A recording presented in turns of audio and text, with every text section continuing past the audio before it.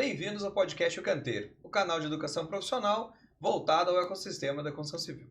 E como sempre, eu estou aqui com meu amigo Henrico de Ferrari. Fala, André, beleza? Beleza, Puri, contigo? Bem, muito contente. Mais um episódio de conversar com pessoas. Exatamente. Então, galera, hoje a gente vai trazendo mais um episódio da nossa série Outros Olhares. Lembrando que o nosso intuito aqui com o canal é construir conhecimento, dividir experiências e trazer aí muitas histórias para todos que gostam do nosso setor.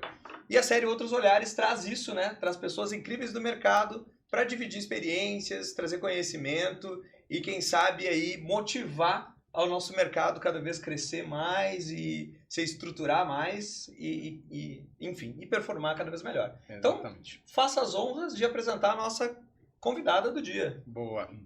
Bom, no final de agosto deste ano, 2025, para quem está em 2050, né? Nossa, esse é um holograma. A gente trouxe aqui um cara super experiente, Ronaldo Astur. Abração, Ronaldo. Abraço. E ele, no final do episódio, falando sobre tendências e tudo mais, ele nomeou a nossa convidada de hoje. Verdade. E aí, então, saímos atrás e tivemos uma receptividade muito boa por parte dela e estamos trazendo ela hoje. E para mim, isso tem um simbolismo muito forte, né? Porque o Ronaldo era dono de uma das maiores empresas do mercado na época, no meu auge de carreira, que chamava Casa Seca.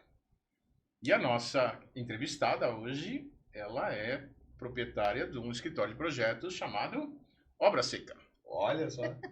O Ronaldo é um homem de classe média alta e analógico.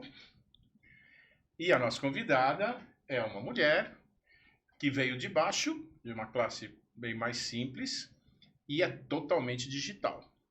Então, assim, é uma transição de um mundo que era o que a gente veio vindo desde do século passado, que já podemos falar do século passado, sem dúvida, para o que é a atualidade, né? E então é a mudança que está acontecendo e que, de alguma maneira, a gente aqui está testemunhando, né? Perfeito. Então, muito bem-vinda, Priscila Bezerra. Obrigado pela visita. E vamos bater um papo bom hoje. Eu que agradeço. Antes de mais nada, eu queria agradecer ao Ronaldo. Primeiro, pela história que ele fez, né, na nossa engenharia da impermeabilização. E segundo, por ter mencionado o meu nome. Então, eu fico muito honrada. Obrigada, viu, Ronaldo? Quero te conhecer, quero bater um papo com você e aprender com você, porque experiência de longa data. Também agradecer a vocês pela oportunidade de estar aqui, compartilhando, conhecendo, aprendendo. E é isso, obrigada mesmo. Ok, a gente fica muito honrado, né, com a tua vinda. E normalmente nesse início eu começo pelo começo. Olha que Genial, profundo, hein? genial, né? Então normalmente a minha primeira pergunta é justamente sobre por que a engenharia, por que a impermeabilização, como que foi a tua jornada, como que tu chegou aonde está hoje. Conta um pouquinho da tua história, se quiser complementar a tua apresentação, porque a gente, né, traz uma apresentação assim de como aconteceu o nosso encontro, mas fique à vontade para falar um pouquinho e contar a tua história para que a gente inicie esse bate-papo. Muito bem, eu escolhi a engenharia, não tinha escolhido ainda a impermeabilização. O que eu queria era ser engenheira, sempre tive esse sonho. Embora na minha família ninguém fosse engenheiro. Meu pai mecânico, minha mãe do lar, tios pouco tinham estudado, mas a engenharia, por alguma razão, ela sempre foi meu sonho. Mas eu não tinha dinheiro, como o nosso amigo Henrico comentou, a minha família não tinha condições de custear os meus estudos. Aí eu fui fazer um curso técnico de edificações que era gratuito. E esse curso técnico foi muito bom por dois principais motivos. O primeiro, porque eu tive certeza que era realmente a engenharia que eu queria atuar. No curso técnico você tem ali mão na massa, você tem ali a parte prática da construção. Então ali eu realmente me apaixonei e falei, este é o caminho que eu quero para minha vida. É por uma ETEC. ETEC Getúlio Vargas, que fica no Ipiranga, aqui em São Paulo. Então, por essa razão, foi muito providencial. E segundo, porque eu consegui oportunidade para entrar no mercado. Então, eu comecei a trabalhar muito cedo, Mas no momento que eu comecei a estudar, eu era vendedora de roupa em shopping. Então não tinha nada a ver com construção civil. Olha só. Ninguém da minha família era da construção civil. Eu não conhecia ninguém da construção civil. Então, para eu conseguir um primeiro estágio, um primeiro emprego, seria realmente muito mais difícil. Mas através do curso técnico e edificações, isso foi possível. E a minha oportunidade, ela veio dentro de uma empresa aqui de São Paulo que executa impermeabilização, em 2010. E ela, naquela época, já usava sistemas mais tecnológicos. Então, eu comecei a aprender o que é impermeabilização em 2010, por exemplo, com membrana de poliuretano, que já é um sistema que não é tão difundido ainda, embora esteja sendo difundido cada vez mais. Ali eu entrei na impermeabilização, comecei a aprender bastante, comecei a rodar a obra, comecei a entender o que era todo aquele contexto da impermeabilização. Trabalhei 4 anos na Aquaproof, que é essa empresa. Desculpa, você se apaixonou pela engenharia de vez? Sim, totalmente. Aí, Eu acho que pós o técnico já estava feito, esse Exato. relacionamento já existia, né? Exato. Então, E aí, no curso técnico formada, aí eu consegui começar a fazer a faculdade de engenharia, já atuando com impermeabilização. Depois de 4 anos nessa empresa, eu fui para uma outra aqui em São Paulo, que é a Impermeabilizadora Paulista. Então, a Aquaproof executava obras de alto padrão, que era uma metodologia, sistemas bem distintos, e a Paulista, obras prediais. Então, eu também saí daquela bolha que eu estava e comecei a aprender mais sobre a impermeabilização para esse outro tipo de nicho de obra. Depois de 5 anos na Paulista, ou seja, 9 anos executando obra, que meu conhecimento ele veio da parte prática. Depois de 9 anos, né, aí eu fui para uma fábrica de impermeabilizante. E aí você já estava formada ou já estava terminando Aí a eu já estava faculdade? formada na engenharia e aí eu comecei a fazer uma pós-graduação em impermeabilização, porque aí sim eu tinha me apaixonado profundamente pela impermeabilização.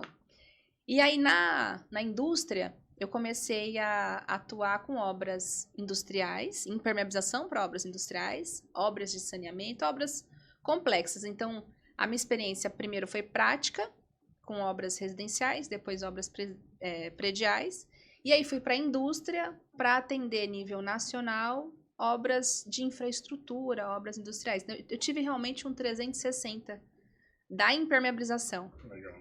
Que legal. É impressionante que tu contando a história, né, da metodologia que tu colocou, né, que é desde 2010. E às vezes tu conversa, acredito que tu fale para alguns clientes e eles falam, nossa, mas isso é uma novidade. Aí você fala, não. É que o nosso mercado, ele é assim, né? Sim. A gente atua com projetos e eu tenho especialização e falo muito em BIM. E às vezes eu trago isso para alguns clientes, os clientes falam, nossa, mas isso é novo, né? Aí eu fico pensando assim, gente, eu tô trabalhando desde 2011 também em BIM. Como é que eu vou dizer que é novo, né? Tenho 15 anos trabalhando na mesma coisa. Eu acho que é a mesma coisa que tu deve sentir para, por exemplo, essa solução de poliuretano que tu comentou e tal. Então, muitos clientes devem ter retornado e falar, isso é novo. Veja bem. Sim, de fato. Deve ser bem... E aí, quando foi 2020, eu comecei a compartilhar conteúdos técnicos nas redes sociais, porque a fábrica, eu sempre tive aquela inquietude, sabe? Que não te deixa parar quieta por muito tempo naquela mesma função, por isso que eu fui mudando também de empresa. Nesta fábrica que eu trabalhava, eu não tinha mais oportunidade de crescimento.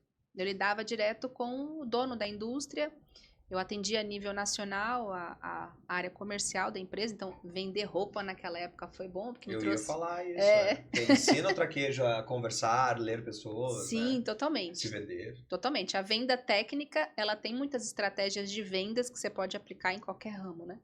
Eu falo para meus filhos, não sei que profissão você vai ter, mas primeiro você vai ser vendedor. Perfeito, é isso aí. Eu vendi imóveis antes de engenheiro Aí, tá vendo? É isso aí. Exatamente. E aí, aquele bichinho me picou e agora? Qual que é o próximo nível? Qual que é o próximo desafio? O próximo aprendizado? Isso eu estava há 5 anos na indústria, né? E aí eu falei, eu tenho que montar a minha empresa. Só que com dívidas. Eu vim de baixo e continuei de baixo por um bom período, né? Aí eu tinha dívidas, financiamento de apartamento para pagar, escola de filho para pagar, convênio normal, de família padrão. Mundo, né? Exato. Então, empreender para mim não era uma realidade, porque eu não tinha dinheiro guardado, eu não tinha ninguém que pudesse me sustentar por um período, porque o meu salário também ele era para colocar dentro de casa. Então, eu falei, bom, Como é que eu resolvo isso? Não sei. Vou começar a compartilhar conteúdo técnico, pelo menos eu tenho aqui uma emoçãozinha.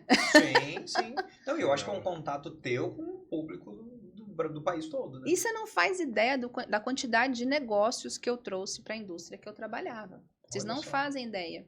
Teve um pedido que foi bem marcante, eu estava pelo LinkedIn, e aí eu capturei um aplicador grande que tem em Cuiabá, e através de várias conversas que nós tivemos, mas a prospecção foi nas mídias sociais, né? Uhum. Mas a gente capturou uma obra em Sertãozinho, aqui em São Paulo, de 8 toneladas de poliuretano, na época R$30 o quilo. Caramba. E foi uma venda para a empresa que eu trabalhava através de um prospecto das mídias sociais. Bateu a meta de 2 anos num tiro. Eu não tinha meta. Não tinha, imagina. Meu Não Deus. tinha meta, não tinha comissão. Eu sou vendedora raiz mesmo. Eu gosto de Sim, vender. sim. Então eu vendo pelo prazer da venda. Que legal. Então naquela época ajudou demais a minha performance, porque eu que me cobrava, né? Não Claro. tinha essa cobrança. É uma indústria bem diferente do mercado.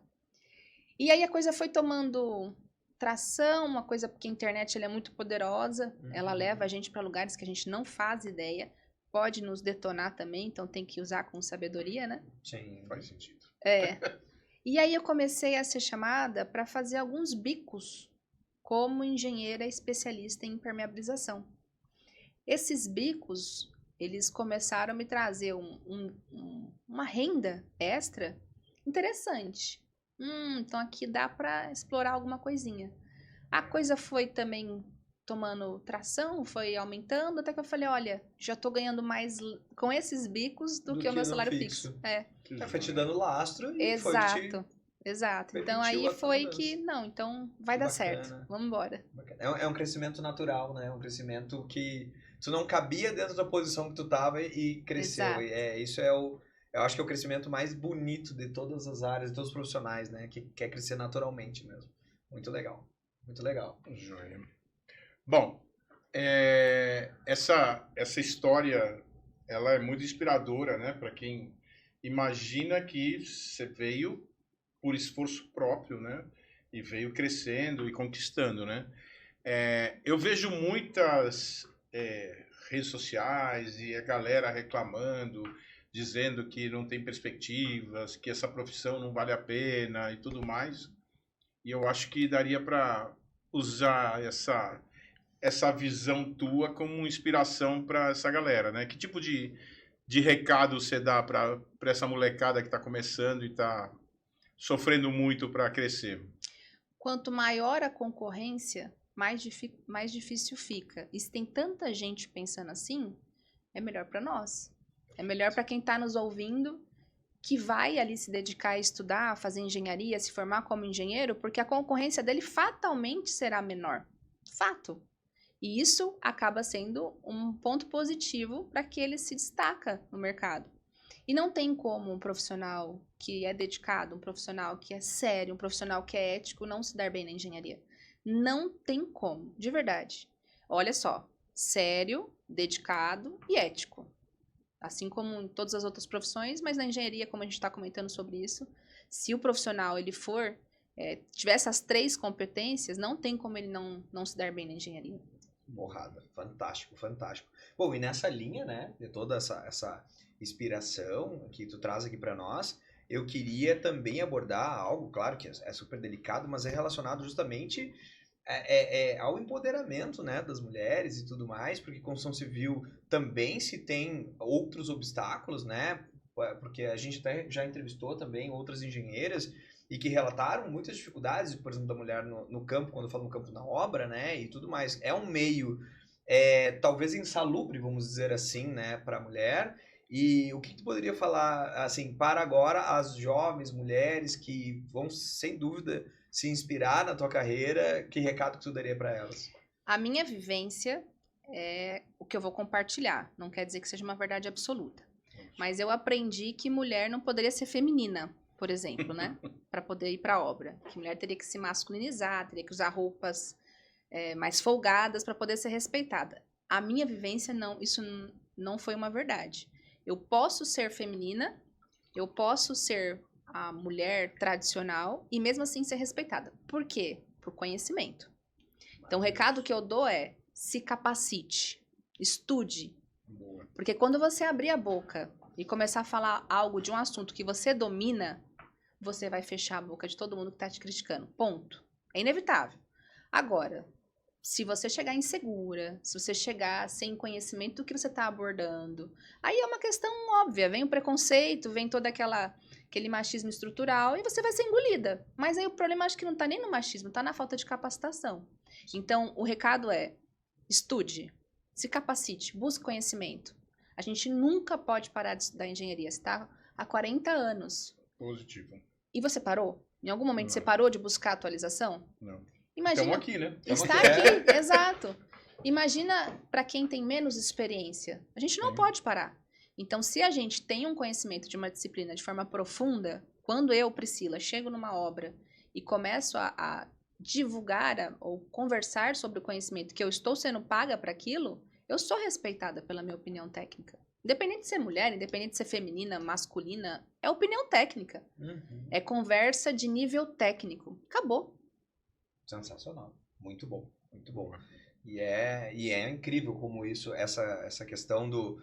A força não deve ser mecânica, em si intelectual nesse Perfeito, momento, né? perfeito. Muito legal. Muito E legal. para homens também. Sem dúvida, sem dúvida. Um homem chega e não consegue transferir o conhecimento dele, passa insegurança com o conhecimento técnico dele, ele também vai ser engolido. Ele vai ser desacreditado Exato. e não consegue mais mover gente, né? Sim. Exatamente. Uns dias atrás a gente fez uma entrevista com uma mentora de liderança, né?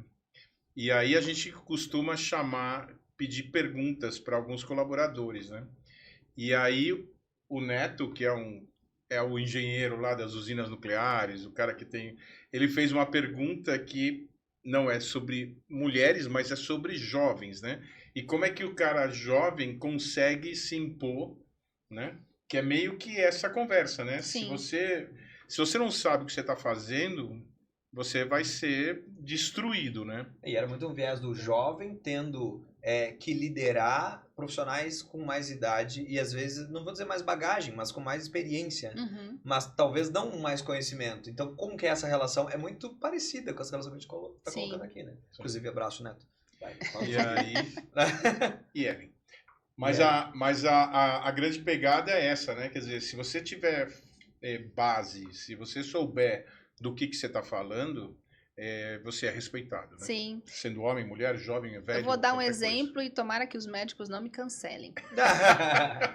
Eu chego no hospital com meu filho doente, eu vejo que o médico é novo, dá uma insegurança. Dá uma insegurança. Mas quando você começa a perguntar e ele te dá aquelas respostas firmes, independente se ele é mulher, se é homem, te dá uma resposta firme. E mãe entende, né? Lógico. Não é uma médica, mas pesquisa muito. Começa a aparecer uma manchinha, a mãe tá ali, o pai também, enfim. Mas aí o médico, mesmo sendo conovo, ele traz pra gente aquela segurança naquela informação, a sua insegurança também reduz. Isso vale para todas as profissões, na engenharia não vai ser diferente, né? Exato. E muitas vezes acontece até o efeito reverso, né? Às vezes tu vai num médico e ele tem mais idade, e por ele ter mais idade e excesso de segurança, ele olha e fala assim, ó, é isso, mas ele não explica por que é. Eu saio e vou em outro. Ele não me explicou, Exato. né? Tem que explicar, não adianta. Acho que quanto mais técnico for a área que a gente vai abordando, mais recai naquela questão do consultivo, né? A gente não pode julgar que o nosso ouvinte, ele é incapaz de entender. Então a gente tem que explicar, olha, isso funciona assim. Porque às vezes eu noto que o profissional, o especialista, ele dosa o que ele está falando na conversa. Isso não é legal, né? Porque ele fala, não, isso aqui é assim. Tá, mas por quê? Não é assim. Não aprofunda. Gente, mas falem, né? Eu costumo falar muito isso na relação, muitas vezes, entre arquiteto e estrutural. Então, o estrutural, muitas vezes, é um profissional já de mais idade, com, né, enfim, uma experiência X, e aí ele vai lá e põe o pilar daquele jeito. E o arquiteto questiona o pilar e fala, não, foi que deu. Gente, mas não é que tem, não pode ser assim a relação. Tem que ser uma relação de, olha, peraí, o que tu precisa, qual é a função desse ambiente, será que gira, será que dobra, será que não sei o quê. Então, eu acho que essa questão da postura no colocar e ser consultivo, eu acho que é bem legal. Acho que pesa muito nesse sentido. Muito bom. Né? Bom. Vamos lá, cara. É minha. Eu sei. Por isso que eu falei, vamos lá. Vai lá. Bom, tem um assunto que o Ronaldo comentou e que eu vendo outras entrevistas tuas, você também comenta, então não sei se ele copiou de você ou o quê, mas que é sobre... Que honra, hein? Que honra, o Ronaldo me copiando. Que é sobre a questão de botar o curso de impermeabilização ou matérias de impermeabilização na grade curricular das faculdades, né?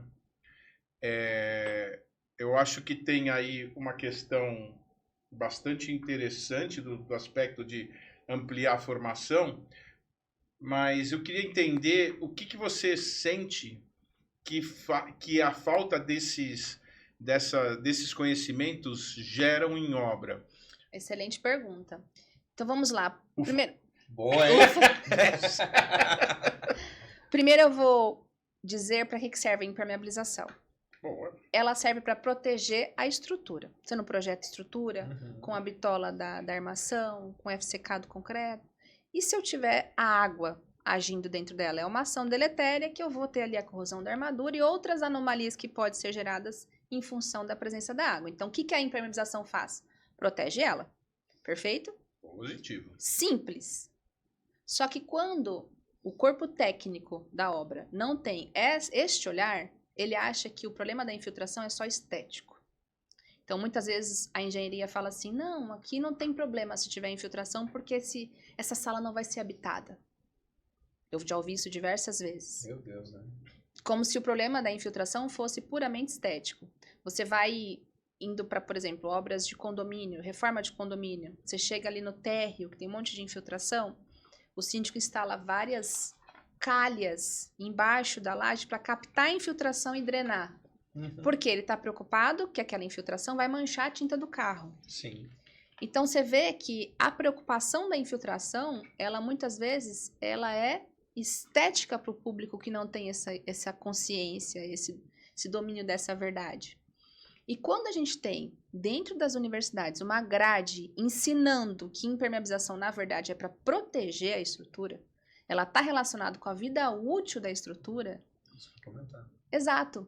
A gente sai dessa preocupação de estética. A estética é só um dos problemas, que para a estrutura é o menor dos problemas. Então, a gente vê, o que é uma analogia que geralmente eu faço? A estrutura é como o nosso corpo, onde a armação, a armadura, é o nosso osso. Então, quando eu tenho osteoporose, eu fico mais fraca. Eu não consigo carregar a carga, eventualmente, que eu carrego quando eu não tenho osteoporose. Uma armadura em processo de corrosão também fica mais fraca. E a água é um dos agentes deletérios que traz esse ambiente que corrói a armadura. Então, a água dentro da estrutura reduz a vida útil, deixa ela mais fraca e pode levar até o colapso. Em acho que foi em 2023, me corrija se eu estiver errado, parte do estacionamento do shopping Osasco colapsou, 2023? Eu não me recordo. Péssimo de lembro. Mas, eu me lembro de outro shopping que teve problema desse, mas tudo bem. Mas esse do shopping Osasco, ele foi bem significativo para mim, porque os peritos laudaram que foi problema de falha de impermeabilização, oxidou os parafusos, as armaduras e a estrutura entrou em colapso. Então, é isto que é impermeabilização. E se isso não é ensinado na faculdade, só vai ter essa consciência quem lidar com a impermeabilização em algum momento na vida. Então, a falta dessa disciplina, dessa cadeira obrigatória nas universidades, gera esse subproduto que é a não valorização da importância da impermeabilização. Bom, e nesse link, né, até vindo já para minha próxima aqui, o nosso podcast nasceu com a visão de buscar preencher lacunas no na nossa educação técnica, vamos chamar assim, nas nossas universidades. Eu uso muito o meu exemplo. Eu tive a oportunidade de fazer faculdade federal. Olha que legal. Eu remei bastante para entrar, eu não tinha também grana, tinha que trabalhar com corretagem, porque era uma faculdade diurna. Então era a única coisa que eu conseguia trabalhar nos buracos e na aula. Período integral. Período integral. Então foi uma coisa bem penosa, valeu a pena, mas era uma faculdade muito antiga. E não tinha nada disso. E às vezes a gente olha cursos muito antigos e que não se atualizam, não se modernizam, né? E aí, claro, contextualizando, a gente enxerga que existem lacunas, né, a serem preenchidas. Formação, não sei se eu poderia... Acho que formação deficiente é meio pesado de falar, mas eu diria que tem lacunas na nossa formação. Não aderentes às necessidades de mercado, pode ser? Olha, agora ficou muito bom, hein? Vai virar um corte isso. Muito bom. Sensacional. E aí, né, tu vem lá do curso técnico, né, e isso de N formas te complementou, né? E como é que tu vê hoje, assim, a formação, né? Essa questão de formação no Brasil, como é que é se especializar no exterior? O que tu falaria um pouco nesse gancho, né? Teria ou não teria uma disciplina de impermeabilização e como é que é a nossa formação hoje nessa área, né? Perfeito. Então, falando sobre a disciplina de impermeabilização nas faculdades, realmente não tem. As poucas cadeiras que são, elas são optativas, não são obrigatórias, e isso gera esse subproduto da não valorização. Porém, o que a gente tem que fazer, então? Sentar e chorar? A gente tem que ir atrás desse conhecimento. Sim. A gente tem que ir atrás de algum curso de pós-graduação ou de algum curso individual, de algum profissional liberal, ou enfim, a gente tem que ir atrás desse conhecimento. Foi isso. Capacitação, né? Exato, eu já atuava nessa área, mas a parte prática me trouxe conhecimento empírico, que é aquele conhecimento que você sabe se dá certo ou se dá errado na prática, você não sabe por quê, talvez, né? Você não consiga explicar o porquê daquele mecanismo e tudo mais. E aí, quando eu começo a trabalhar no laboratório, na fábrica, no caso, né? Eu tenho acesso mais a laudos de laboratório, a estudo acadêmico, aí eu me interesso em fazer uma pós-graduação em impermeabilização, depois fiz uma especialização em Barcelona de impermeabilização, e tudo isso vai te abrindo ali a mente, vai te trazendo um horizonte da lacuna que a faculdade deixou. Então, também se você for olhar para o outro lado, em 5 anos, né, que é o que a maioria das faculdades de engenharia, tirando a FEI, né, que tem 1 ano a mais, mas em 5 anos ela não vai conseguir realmente te deixar especialista em tudo. Imagina, você faz projeto de ar-condicionado, você, na sua empresa, ar-condicionado, estrutura, faz projeto de elétrica, são muitas disciplinas, são muitas áreas. Então é inevitável que você vai precisar sair da faculdade e buscar mais conhecimento.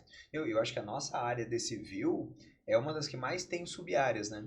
A minha, como eu falei, era uma faculdade antiga, eu saí com poder de assinatura de várias áreas e que até humildemente eu falaria que eu não deveria ter esse poder. Eu posso assinar por rodovias, por ferrovias, por um monte de coisa, e hoje é mais segregado. Hoje tu tem uma engenharia de sanitarista, tu tem outras engenharias, né, que segregam um pouco, mas o engenheiro civil, na essência, o leque dele é aberto. Ele é um médico clínico geral. Exato. E aí ele pode se especializar para um caminho. Vê um pouquinho de tudo, mas é um pouquinho, tão pouquinho, que tem que se inspirar na Priscila e buscar conhecimento.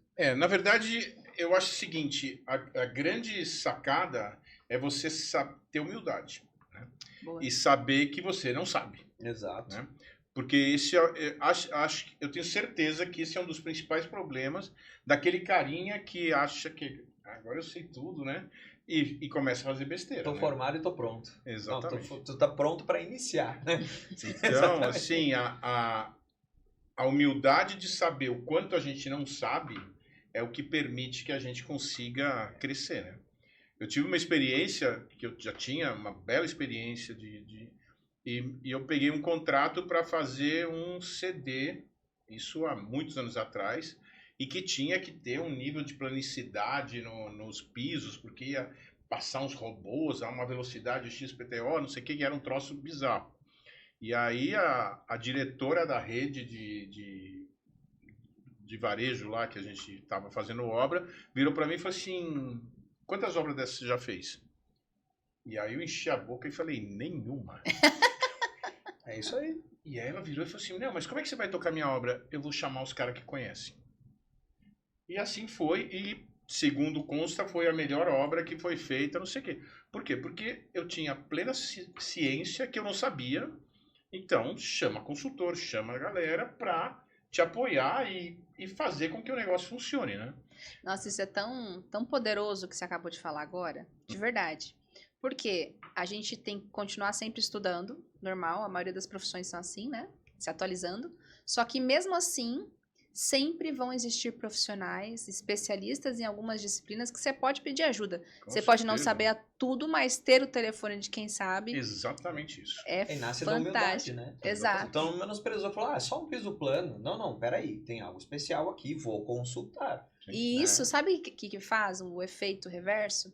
É a pessoa ter mais credibilidade em você, porque ela viu que você é honesto, e quando você falar algo, ela sabe que você domina aquele algo. Exatamente. Se ele falou, é porque ele sabe, Exato, né? Exatamente. Muito legal. Mas isso é algo que a gente trabalha muito aqui, que é deixar muito claro que a gente não sabe muita coisa, né? Perfeito. Então, precisamos ter bons técnicos e, assim, a gente, engenheiros civis normais, Clínicos gerais. tocadores, Clínicos a gerais. gente é generalista e a gente precisa chamar os especialistas. É isso que vai fazer o sucesso da gente, né? Sim, Né, perfeito. Não todos é os profissionais querer são abraçar brilhantes, tudo, né? né? O generalista e o especialista, todos são brilhantes. Mas um deles com um viés global e o outro com um viés específico. Positivo. Né? Eu acho que isso é bem legal. Muito bom. Vamos explorar um pouquinho mais esse lance da fábrica de impermeabilizantes, né? Porque, assim, o que a gente vê normalmente é chegar um saco com alguma coisa lá dentro. É bicomponente ou não? Deu o máximo. E aí você vira, dá uma lidinha lá e fala, vambora, e boa, né? Exato. Como é que é essa coisa do desenvolvimento de tecnologia? Como é que essa coisa funciona? Eu acho muito... Conte os bastidores para nós, né? Olha, foi uma experiência incrível. De verdade, porque como eu comentei, a minha experiência até então era prática. Era ali de fazer a coisa acontecer, né, da impermeabilização. E quando eu fui para a fábrica, eu vi que cada detalhe era importante. O meu chefe, na época, me ensinou muito, muito mesmo. Só que ele também era bem carrasco, que geralmente as pessoas carrascam acabam ensinando mais ainda, né? Sem dúvida. Ele me deu todas as fichas técnicas dos produtos que a gente tinha na linha para eu estudar e falou: eu vou te fazer várias perguntas e você tem que responder todas. Você só vai parar de estudar essas fichas técnicas depois que você souber responder todas as minhas perguntas. Por quê? Vendedor tem que saber mais do seu produto do que o seu cliente. Perfeito. Então, eu não aceito você chegar numa reunião com um cliente, ele te fazer uma pergunta e você não saber responder e o cliente saber mais do que você. Então, eu fui estudar e não conhecia uma série de normas, porque tem algumas normas que nós não temos aqui no Brasil, então usa métodos de ensaios ASTM ou norma EN, que são normas internacionais. Fui comprar norma e fui entender como é que funcionava o laboratório e vi que cada detalhezinho importa. Que na obra pra gente, qual que é o alongamento desse impermeabilizante? Não sei não, vamos aplicar. No laboratório, você formula ali um produto novo que tem um alongamento de 100% e outro que tem 200%, é muita diferença. Sim. É o dobro, né? Só que na obra não é tão impactante aqueles dados. Uhum. Aí, se tu Então- usar um no outro, não vai dar nada, mas quando tu usar o outro no um, pode dar uma baita Exato, merda, exatamente. Né? Desculpa. Exato, então eu me profissionalizei muito a parte de ensaios, de estudos, a parte ali não sei se é acadêmico a palavra, mas saí um pouco do empirismo e fui ali para dados Eu chamaria de quantitativos. especialidade. Tu se especializou na natureza da coisa, na química da coisa. Na química da né? coisa. Porque a gente, eu acho que em obra, eu até nem poderia falar isso sendo de projetos, mas eu acho que lá na ponta, o engenheiro vai aplicar, ele realmente não vai saber por que da história do alongamento, não sei o quê, mas ele precisa ter certeza que ele está com o produto certo, ele precisa Exato. consultar o profissional certo, que ele está na aplicação correta, Perfeito. no sistema certo, senão ele vai fazer bobagem. Né? E aí, muitos fatores impactavam no nosso dia a dia.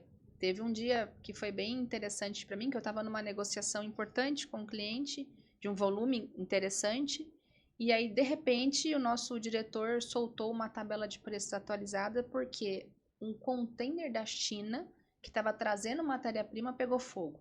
Nossa. E aí é uma matéria-prima que impacta muito na produção, e aí ele teve que comprar às pressas de outro fornecedor, o que deixou muito mais caro, isso impactou no preço final, que impactou na minha negociação, que impactou em um monte de coisa. Então é realmente um universo bem interessante quando a gente... Imagina se tu não soubesse, nesse grau de especificidade, como que tu ia falar e justificar para o cliente essa mudança de preço. Exato. Ele ia achar que tu ou não sabia o que estava falando, ou que vocês estavam tirando proveito dele, sei lá, né? Exato. Porque o cliente vai levar pro coração, né? Se tu não conseguisse explicar. Exato. E eu também tive uma outra oportunidade, que foi participar de elaboração de norma.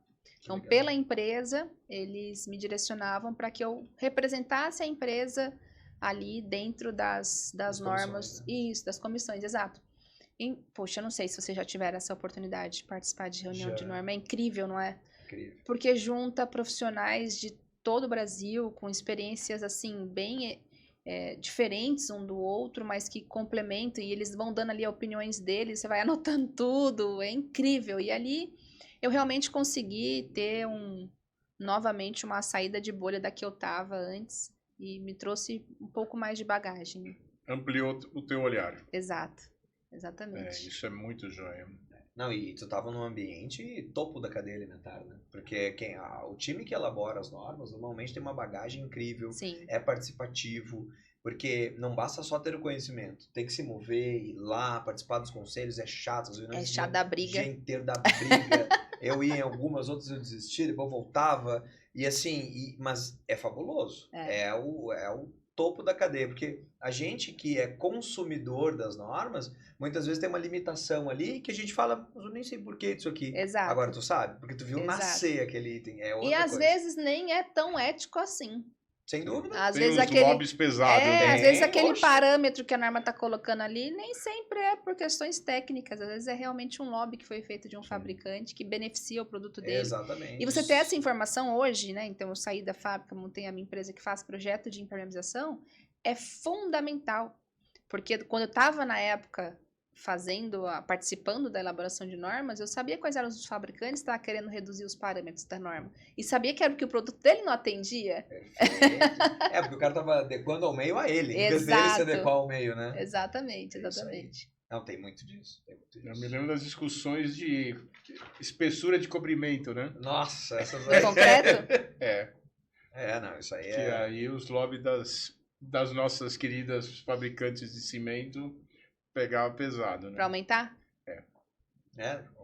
Bota concreto, né, cara? Vamos vender concreto, né? É isso aí. Assim, não, a norma tem que ser não sei o quê. E aí quando você vai ver, você tá vendendo um negócio que, bom, eventualmente em alguma situação é necessário, né? Mas eu acho nem que sempre, entra muito nessa questão de conhecer o negócio, né? Exato. Às vezes a gente tem discussões sobre FCK e que aquele intuito não está nem necessariamente em a gente aumentar a resistência do concreto. Mas no momento que a gente aumenta o FCK, a gente também diminui a permeabilidade dele. Então tem várias funções ali, mas você tem que conhecer a fundo o que você está fazendo, né?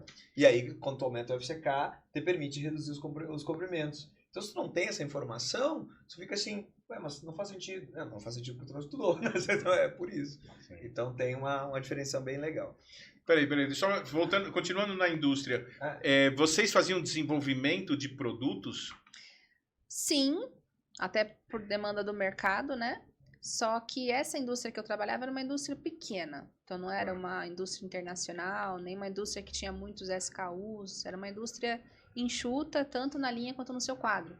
Então a gente desenvolvia produtos sim, mas de forma mais limitada comparada a outras indústrias que nós temos no setor. Mas tipo demanda, assim, um grande cliente para vocês demandava um produto ou vocês enxergavam uma lacuna no mercado? Geralmente a gente enxergava, eu trazia, né, essa lacuna do mercado, eu fazia essa ponte eu tava lá na frente, né, Exato. na linha de frente, falava, olha, o pessoal tá pedindo isso. Exatamente, estamos tendo problema com este produto aqui de mercado, vamos desenvolver um que tá tendo uma demanda muito grande para cá, então isso... Boa. Eu Nossa, participei, foi importante incrível. Isso, é relevante isso. Não, é muito legal, porque assim, de novo, a gente também fala bastante disso aqui.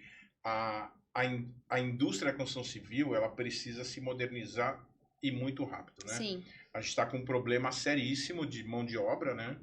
E assim, a gente tem capítulo aqui que a gente chama empreiteiros, né? Falando assim, por que a galera não quer mais trabalhar em obra, né? E aí tem toda uma história, né, do que está acontecendo no mercado.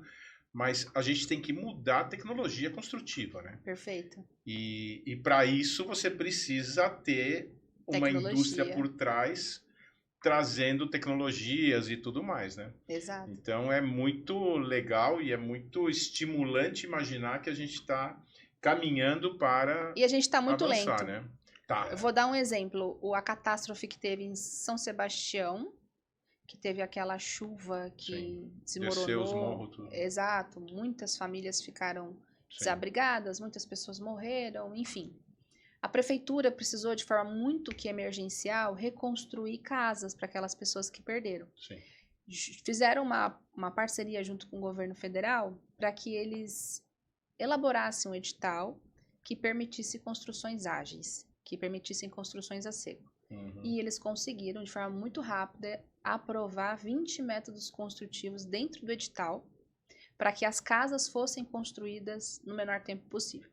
Então, lá entrou construção modular, light steel frame, enfim, entrou métodos que o mercado ainda é muito cultural pro tradicional, que é a Sim. alvenaria, com sei lá quantas camadas que a gente coloca, comparado a uma construção ágil. Então, a gente precisou de um desastre, nesse caso em específico, Sim. para poder entender que a agilidade é super importante, que é um dos fatores, né? Agilidade. E aí você estava comentando sobre a falta de mão de obra. Quando a gente vem para a construção modular, a gente também traz aí uma redução desse impacto. Sim. Não, e assim, na medida em que você tiver mão de obra especializada, ela vai ser mais bem remunerada e o pessoal vai topar trabalhar. Exato. Eu trabalhei um tempo nos Estados Unidos e assim, você chegava em obra, os operários chegavam na obra com caminhonete daquelas cabine dupla, não sei o que, papá. Não tinha um mestre de obras, não tinha nem engenheiro tocando as obras, porque o operário era um cara muito bem preparado, ele sabia o que ele tinha que fazer. Muito bem remunerado também, Muito né? bem remunerado. Aparamentado, né? Cheio de Exato. ferramentas especiais. Era um Robocop, assim, É. andando com um monte de coisa. Então, assim, essa é a realidade lá fora. De países desenvolvidos, né? Foi o que eu vi Exatamente. também em Barcelona. Lá a gente visitou uma obra de 20 mil metros quadrados que estava sendo impermeabilizada com manta TPO, que é um tipo de manta sintética, e que eles estavam fazendo a impermeabilização de 20 mil metros quadrados em 1 mês e meio. Olha só. Que beleza. E toda a obra ela era de forma modular e trazia agilidade. E por quê? Né? Com certeza, se você for comparar o custo por metro quadrado, vai ficar mais caro esse custo da agilidade. Porém, quando você fala que está fazendo 20 mil metros quadrados em 1 mês e meio, isso depois de 1 mês e meio já pode ir para a próxima obra, a longo prazo, a médio prazo, né? Isso se paga. Não, o custo do dinheiro parado, né, num cronograma alongado, é muito grande. Perfeito. Na hora que você pega esse dinheiro e já começa a rentabilizar, você Então, ganhou vamos muito. aproveitar um momento. Bora. A gente está falando, fizemos algumas pinceladas sobre pouco interesse dos jovens na engenharia. Você comentou que a gente tem pouca mão de obra na construção civil. A gente está comentando sobre construções ágeis, sobre construções a seco, que já é uma realidade em países desenvolvidos. Quem for esperto e estiver ouvindo a gente aqui agora já vai fazer as contas. Falar, poxa, então, se eu me especializar nesse mercado, eu não vou ficar sem trabalho, porque vai ser uma realidade de já. Eu conheço uma engenheira, Sheila, inclusive um abraço, minha amiga Sheila, que ela faz obras para o McDonald's. Ela só atende McDonald's. E ela está se especializando em light steel frame. E ela não tem agenda, assim, de forma nenhuma, de tanta obra que ela fechou por se especializar nesse método construtivo aqui no Brasil. Então tá aí a oportunidade batendo na porta, é só a gente olhar para ela. Os nossos inscritos estão na frente. Estão ouvindo Boa. o nosso conteúdo. E tem assim, a gente tem um episódio a fazer o ano que vem, né? Com o pessoal da FATEC, que eles têm um departamento para fazer desenvolvimento de tecnologia, formar alunos. Perfeito. Então, assim, eles têm interesses em receber das indústrias demandas para criar cursos de formação. Olha só que legal. Então, assim, tem muito potencial, assim, o mercado tem muita possibilidade, né? Muito. E a Não tem gente como tem falar que se que não ligar. tem. Não Com tem como falar certeza. que não tem, Não gente. tem como. Desculpa, não tem como. Não tem como. E quanto Só tem menor que sair é a... da caixinha, né? tem que sair do banco. Tem que sair do sofá, estudar. Bora, vamos embora. Não tem como não ter oportunidade. Não, e esse negócio do ciclo, né, que a gente estava comentando, só para complementar uma historinha rápida, também tem alguns clientes que hoje, né, no final de 25, a gente com Selic ali 14, 15%, e eles falando assim, olha, André, a gente constrói condomínios horizontais, aí de sei lá, 15 a 30 casas, de médio e alto padrão, e ele fala assim, André, eu aporto a grana, e se eu tiver que ficar 2 anos esperando essa grana voltar, visando uma margem de 30%, eu empatei com o investimento normal, sendo que eu estou fazendo uma obra nas costas, O sabe? risco operacional. O risco operacional. Então ele falou assim, o que eu quero? Eu quero investir mais, talvez diminuir a margem, mas eu preciso reduzir esse ciclo para que o Mais negócio rápido. vire. E aí virou casa de parede de concreto, com vários sistemas, tudo PEX, e um monte de tecnologias embarcadas, nada assim, De outro mundo, de outro né? mundo, tudo a gente já conhece, Uhum. mas com um horizonte do quê? Do ciclo de negócio ser mais curto. Então, a gente está com problema de mão de obra. Nesse ano, eu fui no evento da Associação Brasileira de Proteção e eles trouxeram o custo da mão de obra dos Estados Unidos e o custo da mão de obra do Brasil. E a gente era, tipo, 1% o custo deles. Então, por que lá é tão assim? Porque o custo da mão de obra já é muito caro. Então, vou usar uma manta TPO. É muito mais cara a manta? Mas olha quanto custa a mão de obra e velocidade. Então, a gente hoje já está começando a olhar para isso. Eu acho que ainda não dói isso, mas em breve vai doer. Exato. E aí vai virar. E aí, quando virar, quem tiver antenado, É nossos isso. ouvintes vai estar lá prontinho, saindo do forno. As empresas que ganharam o edital para reconstruir as casas lá de São Sebastião estavam na frente. Estavam na frente. Estavam preparadas já. Exato. Muito bom. Bom, Bom, Olha, falamos quase junto, hein? 1, 2, 3. Bom, não brincando. Vamos eu lá. acho... Não vamos. Não vamos? Não. Então tá bom. Então a gente... Vamos encerrar por aqui. Vamos. O que acontece, moçada? O papo tá muito bom, mas para que a gente, né, não fique aqui com um soneto muito comprido, a gente convida para um próximo episódio, seguir conversando desse tema que tá tão bacana, né? Um bate-papo muito legal. E então vamos estruturar um novo episódio, convidar Isso. a Priscila novamente. Vamos continuar esse papo num próximo episódio. Muito obrigado por enquanto. eu que agradeço. Vamos aproveitar então, pedir para as pessoas escreverem aqui no comentário o que elas querem que a gente fale, né, no próximo. Olha, maravilhoso. Já com aproveita, certeza. curte o canal, compartilha com quem precisa receber essa informação, não é verdade? Segue a Muito gente no bom. Instagram. Isso. Todos nós. Inclusive, passe os teus contatos, galera que quiser encontrar a Priscila, como que te encontram? Meu Instagram é Engie, de engenheira, né? _ Priscila Bezerra. Engie _ Priscila Bezerra. Por lá eu falo sobre impermeabilização e a minha realidade de obra. Maravilhoso, pessoal. E no Obrigada, próximo viu? episódio Que vamos isso. falar mais sobre a Priscila, sobre a empresa dela e sobre essa realidade do mercado, né? Muito bom. Muito Show de obrigada. bola. Até o Valeu. próximo. Até o Valeu. próximo. Tchau, tchau, gente.